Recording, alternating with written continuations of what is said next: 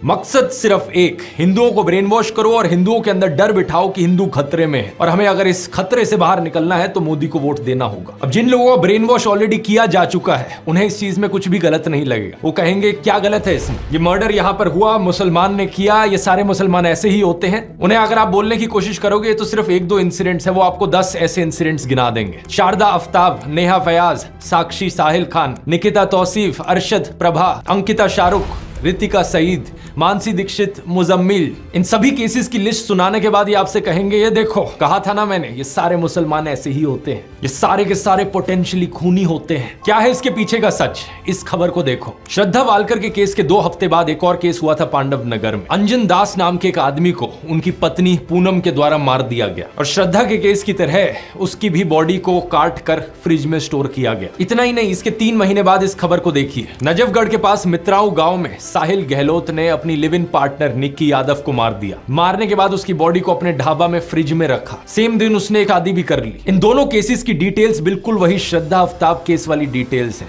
सिर्फ एक फर्क है, इन दोनों केसेस में कोई हिंदू मुस्लिम का एंगल नहीं है जैसा उस वाले में है। इसलिए आपने इन खबरों के बारे में कहीं सुना ही नहीं होगा और ना ही मीडिया वालों ने इस खबर को चलाया होगा। इस रिपोर्ट को देखिए। बिहार के वैशाली डिस्ट्रिक्ट में अमन कुमार सिंह ने एक 17 साल की लड़की सोनम परवीन को मार डाला। हिंदू लड़का मुस्लिम लड़की, इसलिए गोदी मीडिया इसकी बात करेगा ही नहीं। न्यूज 18 हिंदी की वेबसाइट पर एक खबर जरूर छपी, लेकिन इन्होंने लड़के का नाम नहीं लिखा। बस ये लिखा कि हत्या के पीछे प्रेम प्रसंग की आशंका जताई जा रही है। यूपी के शामली डिस्ट्रिक्ट से इस खबर को देखिए। नाइमा उर्फ ईशा अपने घर से भाग गई और एक लव मैरिज करी अंशु के साथ। अंशु एक शार्प एज हथियार से ईशा पर हमला करता है और इसे मारने के बाद उसकी बॉडी कुएं में फेंक देता है। वहां के एसपी ने इंटरोगेशन के बाद बताया कि हस्बैंड अंशु ने अपना गुनाह कबूल किया। रसूलपुर गांव की इस न्यूज रिपोर्ट को देखिए। 20 साल की गुलनाज खातून को जिंदा जला दिया गया एक आदमी और उसके दोस्तों के द्वारा, क्योंकि उसने मैरिज प्रपोजल रिफ्यूज कर दिया था। यहाँ अक्यूज्ड कौन था? सतीश कुमार राय। पिछले साल जब साक्षी और साहिल खान की खबर मीडिया में फैलाई जा रही थी तो उससे कुछ दिन पहले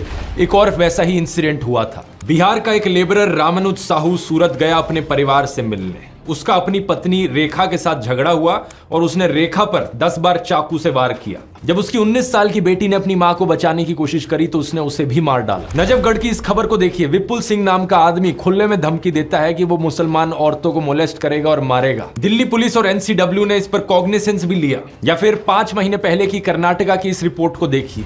39 साल का आदमी प्रवीण अरुण, इसने अपनी 21 साल की एयर होस्टेस कोलीग आयनाज के साथ दोस्ती करी। जब आयनाज ने इससे कम्युनिकेट करना बंद कर दिया, ये उसके घर में गया और उसे मार डाला और इसके बाद इसने उसकी मां को भी मार डाला, उसकी बड़ी बहन को भी मार दिया और उसके छोटे भाई 14 साल के उसको भी मार दिया। फिर से हिंदू आदमी है, मुस्लिम औरत है तो गोदी मीडिया इसकी बात नहीं करेगा, ना ही आपको व्हाट्सएप पर सुनने को मिलेगी। 20 दिन पहले की इस खबर को देख लीजिए। 26 साल की रुखसार उर्फ रिया को उसके लिव इन पार्टनर ने मार डाला और उसकी बॉडी को एक कबर्ड में स्टफ कर दिया। अक्यूज्ड कौन था? विपुल टेलर नाम का आदमी।